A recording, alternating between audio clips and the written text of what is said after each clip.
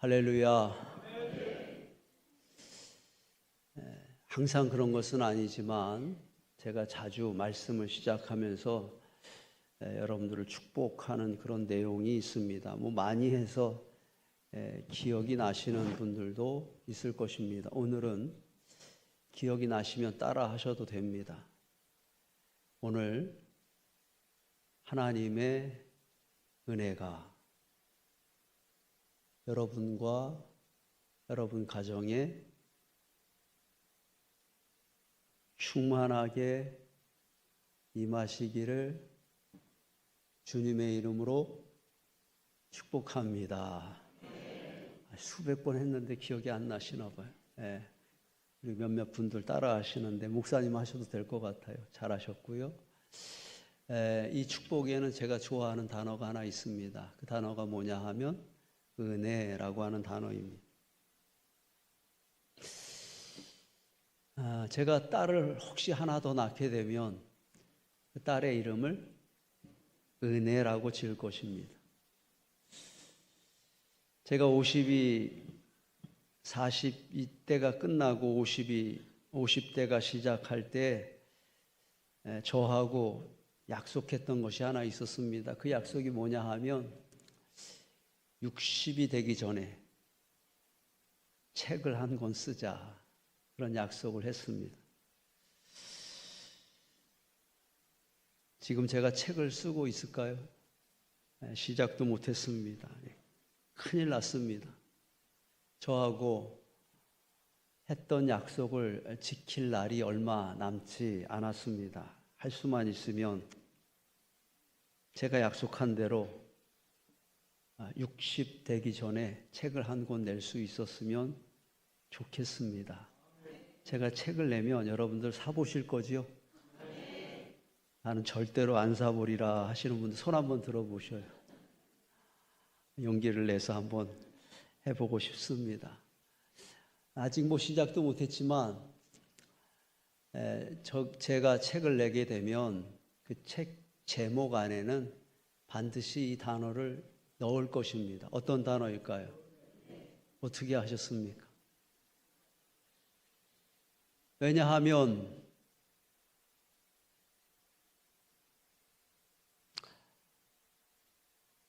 저는 지금까지 여기까지 하나님의 은혜로 살아왔고요. 앞으로도 하나님의 은혜로 살아야 할 사람이기 때문이라고 하는 것입니다. 이 세상에 귀한 것이 참 많이 있지만 저에게 가장 귀하고 필요한 것은 하나님의 은혜이기 때문입니다. 우리 한번 같이 이 문장을 읽어보고 싶습니다. 사람에게 은혜를 입으며 살면 점점 더 초라해지지만 하나님께 은혜를 입으며 살면 점점 더 위대해집니다. 아멘. 말이 이해가 되십니까? 은혜라고 하는 것은 내 힘으로 얻지 않은 것, 내 힘으로 하지 않은 것, 그것이 은혜입니다. 사람에게 은혜를 받을 수 있을까요? 사람에게도 은혜를 받을 수 있습니다. 저도 많은 사람들에게 또 여러분들에게 은혜를 받고 살아왔습니다. 그러나 사람들에게 은혜를 받으면 그 사람에게 빚을 지는 것입니다. 자꾸 은혜를 받다 보면, 사람에게 은혜를 받다 보면 그의 인생은 초라해진다고 하는 것입니다. 그러나 하나님의 은혜를 받으면 다릅니다. 하나님의 은혜를 받으면 사람에게 은혜를 받는 사람이 아니라 사람에게 은혜를 주는 사람이 됩니다. 할렐루야. 그래서 자꾸 은혜를 받으면 자꾸 은혜를 나눠주게 되고 그 사람은 어떻게 됩니까? 다시 한번 보여줘봐요. 우리 기억력이 그렇게 길지가 않아요. 하나님의 은혜를 받으며 살면 어떻게 됩니까? 위대해진다고 하는, 빛나는 삶이 되어진다고 하는 겁니다. 여러분들을 축복하고 싶습니다. 사람에게만 자꾸 은혜를 받아서 초라해지는 인생이 아니라 하나님께 은혜를 받고 위대한 삶으로 살게 되기를 주님의 이름으로 축복합니다. 사람에게는 은혜를 주는 자가 되어지기를 축복하고 하나님께는 더 많은 은혜를 받아내는 축복의 사람들이 되어지기를 소망합니다. 같이 한번 고백하겠습니다. 나는 오직 하나님의 은혜로 산다. 크게 고백합시다. 나는 오직 하나님의 은혜로 산다. 오늘 말씀의 저자가 누구인지 정확하게 알 수는 없습니다. 그런데 많은 신학자들은 정황으로 볼 때 또 문맥으로 볼 때 이 글도 역시 다윗의 글일 것이다 이렇게 말하고 저도 그렇게 생각합니다. 사실 저자가 누구인지는 중요하지 않습니다.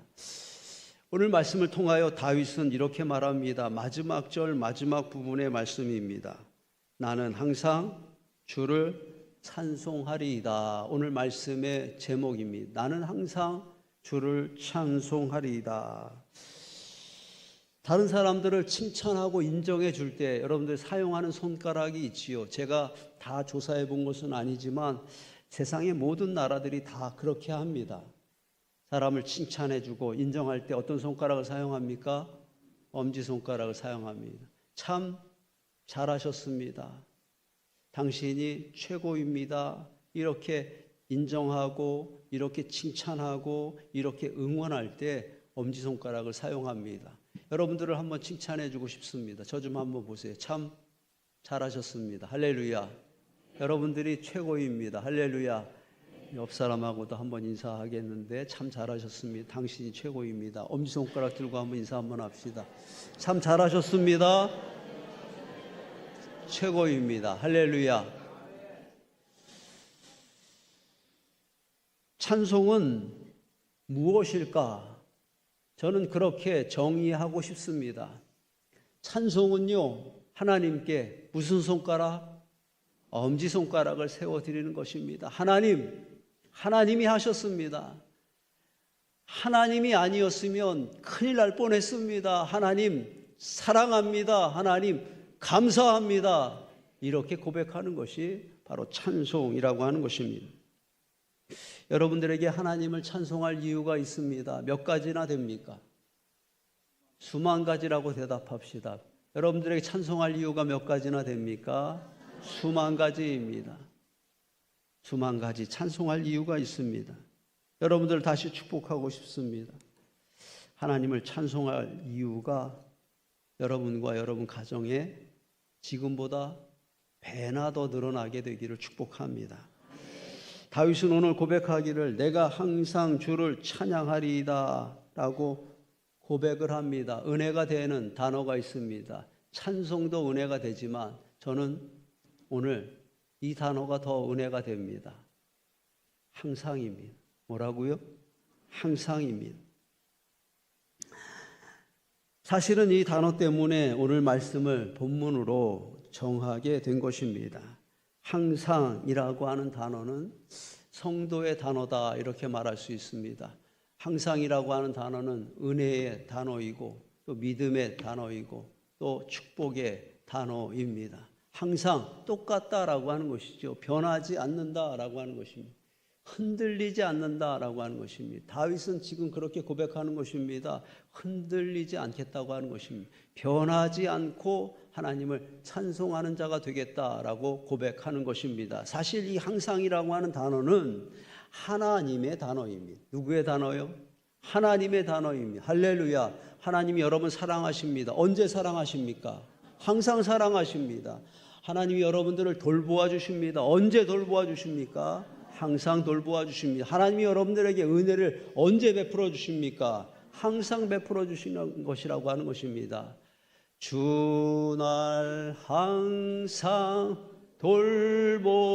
돌보시고 날 친히 거느리 주 날 항상 아멘. 주 날 항상 돌보시고 날 친히 거느리시네. 오늘 말씀을 봅니다. 다윗에게 위기가 찾아왔습니다. 다윗에게 환난의 시간이 찾아왔습니다. 그렇게 이 본문을 다윗이라고 주장하는 신학자들에 의하면 지금 다윗은 아들 압살롬에게 쫓겨가고 있는 상황이라고 하는 것입니다. 이럴 수가 있습니까? 압살롬은 다윗의 아들입니다. 이 압살롬은 왕이 되고 싶어서 아버지 다윗을 죽이려고 한 것입니다. 군대를 동원하여서 다윗을 공격하였고 다윗은 그 군대에 쫓겨가고 있었다라고 하는 것입니다. 다윗의 심정이 어떤 심정일까요? 아들의 군대에게 쫓겨가고 있는 아버지의 심정, 분노의 마음도 참담함도 또 수치스러움도 두려움도 어떤 단어로도 그렇게 그의 마음을 정의하기가 쉽지 않을 것이라고 하는 복잡할 것입니다. 저희 아들이 목회를 하고 있습니다. 아직 전도사입니다. 저희 아들이 인천은혜교회 담임 목사가 되고 싶어 합니다. 그래서 지금 담임 목사를 하고 있는 아버지를 죽이려고 합니다. 어디 가서 똑같이 전하시면 안 됩니다. 그냥 한번 생각을 해봅니다. 아버지가 죽어야 이 교회에 내가 담임 목사가 될 수 있다 생각하고 아들이 저를 죽이려고 한다면 제 마음이 어떻겠습니까? 이놈을 그냥 당장 창피하고 수치스러워서 여러분들에게 말도 못할 것입니다. 지금 다윗의 상황이 그런 것입니다. 다윗은 그 절박한 상황에서도 이렇게 고백합니다. 나는 항상 주를 찬송하리이다. 왜 다윗은 항상 주를 찬송하리이다 이렇게 고백할 수 있었던 것입니까? 말씀을 봅니다. 1절 말씀의 시작 여호와여로 시작합니다. 4절 말씀의 시작 나의 하나님이여 그렇게 시작합니다. 5절 말씀 주 여호와여 다윗은 계속 하나님을 찾고 있었다라고 하는 것입니다. 환난 가운데서 하나님을 찾는 것, 환난 가운데서 나의 상황과 나의 문제를 하나님 앞에 아뢰는 것, 이것을 뭐라고 합니까? 기도입니다. 문제가 있을 때 그 문제를 사람들에게 말하면 푸념이 될 것이지만 그 문제를 사람이 아니라 하나님께 말하면 그것은 기도가 된다고 하는 것입니다. 같이 한번 고백하고 싶습니다. 사람을 향하면 푸념이고 하나님을 향하면 기도다. 다윗은 환난의 시간이 찾아왔을 때 사람들에게 자기의 문제를 가지고 푸념하지 않았습니다. 환난의 시간이 찾아왔을 때 그는 하나님을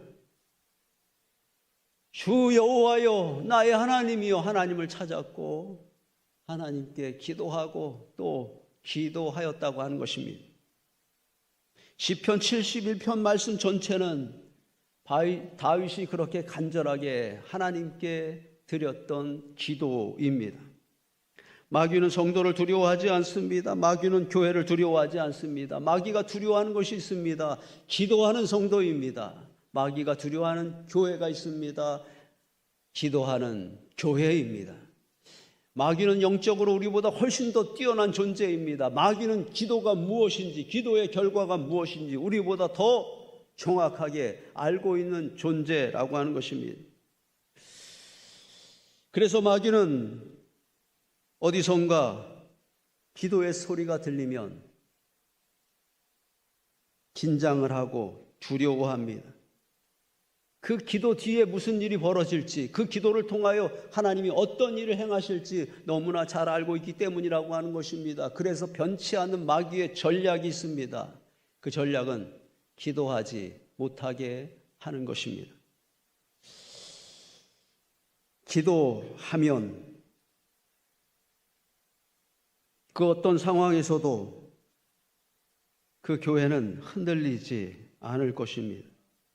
기도하면 그 성도는 그 환난 가운데서도 넘어지지 않을 것입니다.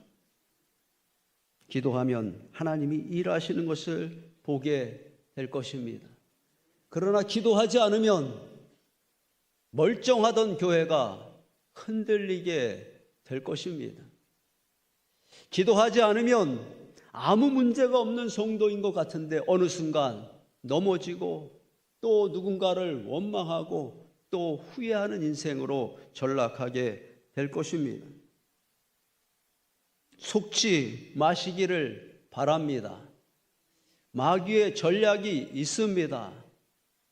기도해야 된다라고 하는 것은 항상 하나님의 권면이요, 하나님의 음성입니다. 그러나 기도한다고 뭐가 달라지겠느냐? 이것은 사단의 교묘한 속임수라고 하는 것입니다. 사단의 전략에 속지 마십시오. 사단의 전략에 묶이시면 안 됩니다. 그 주는 마음과 우리는 싸워야 한다고 하는 것입니다.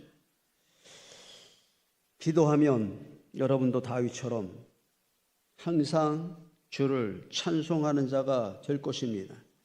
기도하면 다윗처럼 여러분들도 어떤 환경 가운데, 어떤 슬픔 가운데서도 다윗처럼 흔들리지 않는 인생이 될 것이라고 하는 것입니다. 바울과 실라가 복음을 전하다가 빌립보 감옥에 갇혔습니다. 그들의 발에는 착고가 채워졌습니다. 고난의 시간이 찾아온 것입니다. 두렵기도 하고 또 하나님께 섭섭할 만한 상황이 생긴 것입니다. 화요일 오전이면 구역장님들과 정기적인 기도회로 함께 모입니다. 그 자리에서 제가 자주 하는 구역장님들과 하는 이야기가 있습니다. 내가 주님의 일을 하면 주님이 내 일을 하신다라고 하는 것입니다. 자주 말씀드렸습니다. 내가 주님의 일을 하면 주님이 내 일을 하신다. 여러분 계산해 봅시다. 누가 손해입니까? 그렇게 역할을 바꾸면 누가 수지 맞는 것입니까? 뭐 계산해 볼 필요가 없습니다. 내가 수지 맞는 것입니다. 내가 주님의 일을 한다고 해봐야 뭐 얼마나 주님께 도움이 되겠습니까? 그러나 주님이 나를 위해서 일하시면 엄청난 일이 일어나게 될 것이라고 하는 것입니다. 여러분 베드로가 모든 것을 다 버리고 예수님만을 쫓았습니다. 주님의 일을 한 것입니다. 베드로의 장모가 병들었을 때 그 집에 누가 찾아갑니까? 주님이 찾아가십니다. 베드로의 장모의 손을 붙들 때에 그의 열병이 떠나갑니다. 무슨 일입니까? 주님이 베드로가 돌보지 못하였던 그 장모님의 병을 낫게 한 것입니다. 내가 주님의 일을 하면 주님이 내 일을 하십니다. 할렐루야. 그런데 어찌 된 일입니까? 바울과 빌립에게는 왜 이런 일이 일어난 것입니까? 생명을 걸고 모든 것을 포기하고 밤낮 복음을 전하며 수고하였습니다. 그러면 하나님께서 그들의 일을 해 주셔야 하는 것 아닙니까? 그들에게 뭔가 좋은 것을 주셔야 하는 것 아닙니까? 그런데 그들은 옥에 갇히는 신세가 되고 말았습니다. 섭섭할 만한 상황이 생긴 것입니다. 그런데 그 옥에 갇힌 그 밤중에 그 감옥에서 무슨 소린가가 들립니다. 무슨 소리가 들렸습니까?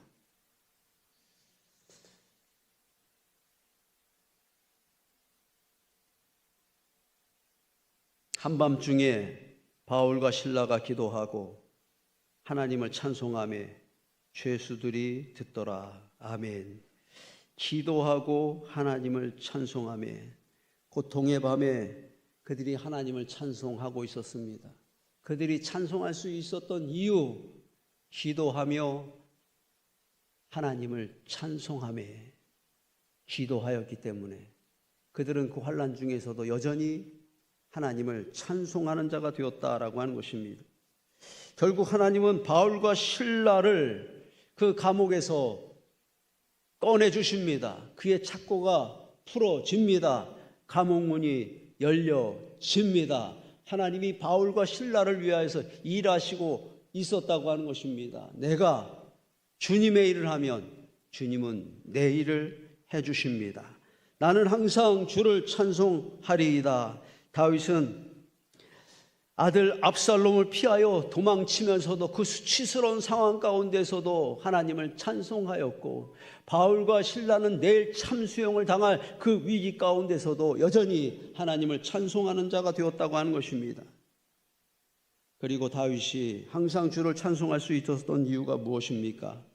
6절 말씀, 내가 모태로부터 주를 의지하였으므로 하나님을 의지하였다라고 하는 것입니다. 모태에서부터, 요즘 말로 하면 무슨 신앙이에요? 다윗은 모태신앙입니다. 제가 좀 궁금해서 그렇습니다. 여러분, 모태신앙이신 분 오른손 잠깐 한번 들어봐 주시겠어요? 괜찮아요? 한번 들어봐 주세요. 이게 많지는 않네요, 생각보다. 어머니 태중에서부터 신앙생활 하셨던 분. 감사합니다. 많지는 않네. 여러분, 왜 모태신앙이라고 그래요? 나 그런 거 못해요. 이것도 못해요. 저것도 못해요. 그래서 모태신앙이라고 그럽니다. 저는 우리 교회 모태신앙이신 분들을 이렇게 축복하고 싶습니다. 나 죄 짓는 거 못해요. 나 미워하는 거 못해요. 나 싸우는 거, 다투는 거 못해요. 나 기도하지 않고 사는 거 못해요. 그런 모태신앙이 되어지기를 축복합니다. 다윗은 평생토록 하나님만을 의지하였던 모태신앙이었었다고 하는 것입니다. 다윗이 그렇게 하나님을 의지하였는데 그 하나님이 어떤 하나님이냐? 3절 말씀을 보면 주는 내가 항상 피하여 숨을 바위가 되소서, 숨을 바위가 되셨다라고 하는 것입니다. 그리고 5절 말씀, 주 여호와여 주는 나의 소망이시오. 다윗에게 하나님은 숨을 바위가 되셨고 소망이 되셨기 때문에 다윗은 하나님을 의지하는 자, 평생 의지하는 자가 되었다라고 하는 것입니다. 여러분, 사람들은 환난과 어려움의 시간이 찾아오면 자꾸 숨고 싶어 합니다. 어디로 숨을까요? 우리 말고 세상 사람들은 어디로 숨을까요? 어떤 사람들은 술집에 가서 숨는 사람들이 있습니다.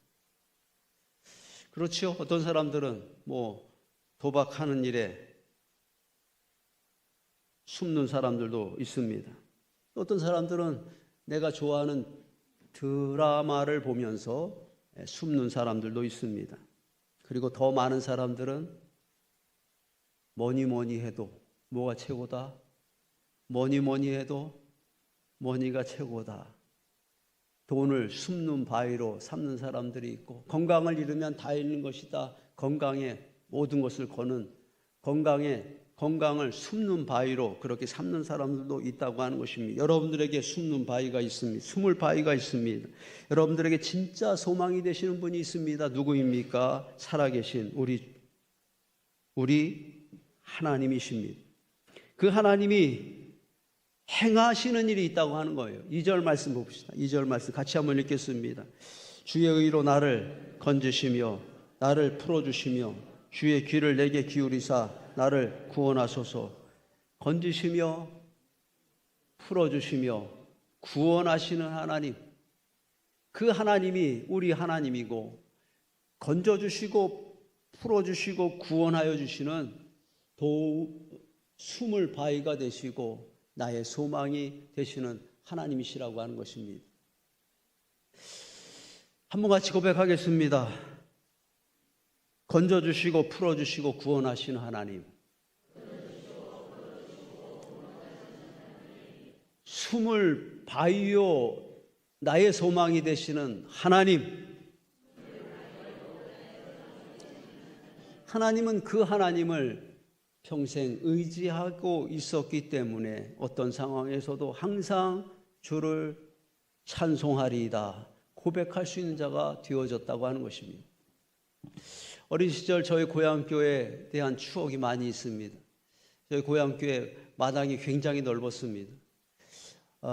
몇 번, 자주는 아니지만 몇 번 제가 어렸을 때 주일학교 학생이었을 때 교회 마당에서 영화를 상영해 준 적이 있었습니다. 그렇게 스크린이 크지 않았던 것 같아요. 조그만 스크린을 펼쳐놓고 그 영사기죠. 이렇게 두 바퀴가 이렇게 돌아가면서 영화를 틀어주는 그런 시간이었는데, 여러분 교회에서 영화를 상영하면 교회 다니는 사람들만 와요? 안 다니는 사람들도 옵니까? 안 다녀요. 동네 모든 사람들이, 모든 아이들이 다 모여옵니다. 수백 명의 사람들이 거기 앉아서, 마당에 앉아서 영화를 봅니다. 그러면 정말 운이 좋아서 맨 앞에 앉지 않으면 그 영화를 제대로 볼 수가 없습니다. 저는 또 키가 작은 아이였으니까 사람들 틈으로 이렇게 그 영화를 이쪽으로도 한번 보고 이쪽으로도 한번 보곤 했었습니다. 그런데 기억이 납니다. 저하고 같이 저희 집에 같이 살았던 저희 삼촌이 있었는데 좀 일찍 돌아가셨습니다. 그 삼촌이 어느 날은 영화가 상영되는데 저를 목마를 태워주는 겁니다. 할렐루야. 목마를 태워주는 겁니다. 그 많은 사람들 머리 위로 영상이 탁 보이는데 너무 뿌듯했고요. 너무 행복했습니다. 그날 상영됐던 영화가 뭔지는 잘 몰라요. 기억이 안 나지만 그날의 그 마음, 제가 그 삼촌의 무등을 타고 그렇게 마음이 뿌듯했고 아이들한테 너무 자랑스러웠던 그 마음을 제가 아직도 기억이 납니다. 여러분, 하나님을 의지하는 것이 무엇일까? 저는 하나님의 무등을 타는 것으로 비유하고 싶습니다. 하나님을 의지하는 자는 하나님의 무등을 타는 것입니다. 그러면 제가 밑에서는 볼 수 없었던 것을 삼촌의 무등을 타면은 그 영화를 볼 수 있는 것처럼 하나님을 의지하면 볼 수 없었던 것을 보게 됩니다. 할 수 없었던 것을 하게 됩니다. 부끄럽고 수치스러웠던 삶이 자랑스러운 삶, 영광의 삶으로 바뀌어지게 된다고 하는 것입니다. 그리고 그 하나님의 무등 위에서 나는 고백할 수 있을 것입니다. 나는 항상 주를 찬송하리이다. 여러분을 건지시고 풀어주시고 구원하시는 하나님, 여러분들의 숨을 바위가 되시고 소망이 되신 하나님, 처음부터 다시 할까요? 그 하나님을 다윗처럼 평생 의지하는 성도들이 되어지기를 축복합니다. 돌아오는 추수감사절 선교회별, 부서회별, 부서별 찬양을 드리려고 합니다. 하나님께 우리가 감사를 고백할 수 있는 가장 좋은 방법은 찬양이라고 저는 생각합니다. 작년에도 했는데 또 하냐고 저에게 말하지 않았으면 좋겠습니다. 작년에는 구역별로 찬양을 드렸고요. 올해는 선교회별로 찬양을 드리는데 찾아보니까 5년 전에 우리가 1919년도에 선교회별로 찬양을 드렸었습니다. 어제 찬양했어도 우리는 오늘 또 찬양해야 될 이유가 있는 사람들입니다. 사람들은 결과만 보고 판단하지만 하나님은 결과보다 동기를 더 중요하게 생각하시는 분이요, 결과만큼이나 과정도 귀하게 여기시는 하나님이시라고 하는 것입니다. 주보의 선교회별로 이렇게 나눠 놓았습니다. 여러분, 준비하는 과정 중에도 하나님께서 영광을 받으실 것이고 준비하는 과정 중에도 하나님이 주시는 은혜가 있을 것입니다. 선교회별로 잘 준비하셔서 미리 제목을 정하시고 다음 주부터는 우리가 본격적으로 선교회별로 찬양을 준비해 주셨으면 좋겠습니다. 저 좀 보세요. KBS, MBC, SBS 3개 방송사에서 이번 추수감사절 우리 교회 오지 않습니다. 그런데 누가 와요? 하나님이 오십니다. 하나님이 오셔서 영광 받으실 것입니다. 잘 준비하시는 선교의 부서가 되어졌으면 좋겠습니다. 나는 항상 주를 찬송하리이다. 기도하면 항상 찬송하게 됩니다. 하나님을 의지하면 항상 찬송하는 인생이 될 것입니다. 연습 한번 하겠습니다. 제가 여러분들에게 물을 때, 저는 앞부분을 말할 때에 오늘 말씀의 제목으로 여러분 대답해 주셨으면 좋겠습니다. 마음 상할 일이 생겨도 항상을 좀 크게 했으면 좋겠어요. 나는 항상, 다시 한번, 마음 상한 일이 생겨도, 아니요, 항상을 크게. 그러니까 나는을 작게 하면 항상 크게 할 수 있을 거예요. 나는 항상, 다시 합시다. 마음 상한 일이 생겨도, 할렐루야 송가대 마음에 들어요. 그렇게 하면 됩니다. 뭐라고 또 적어놨나. 병원에 입원을 해도, 아니 뭘 병원에 입원한다니까 좀 놀라시는데, 그냥 결단하는 겁니다. 또 뭐지요? 자녀들이 속을 썩여도,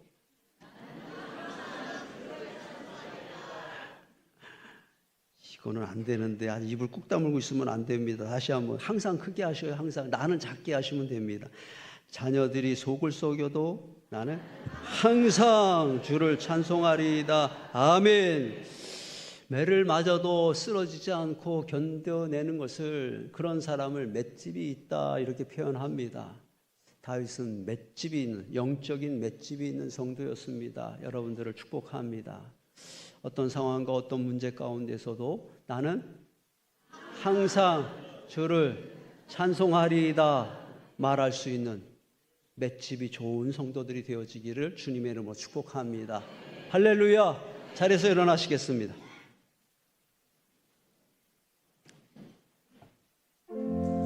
기도하는 마음으로 같이 한번 읽겠습니다. 나는 항상 주를 찬송하리이다. 고난의 시간이 다윗에게 찾아왔습니다.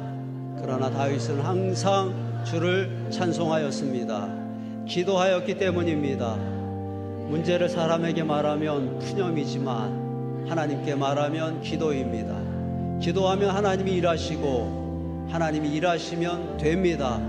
기도하면 항상 찬송하게 됩니다. 하나님을 의지하였기 때문입니다.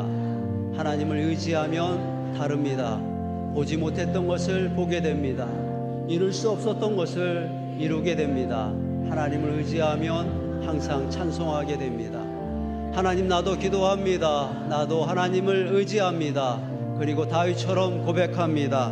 나는 항상 주를 찬송하리이다. 아멘.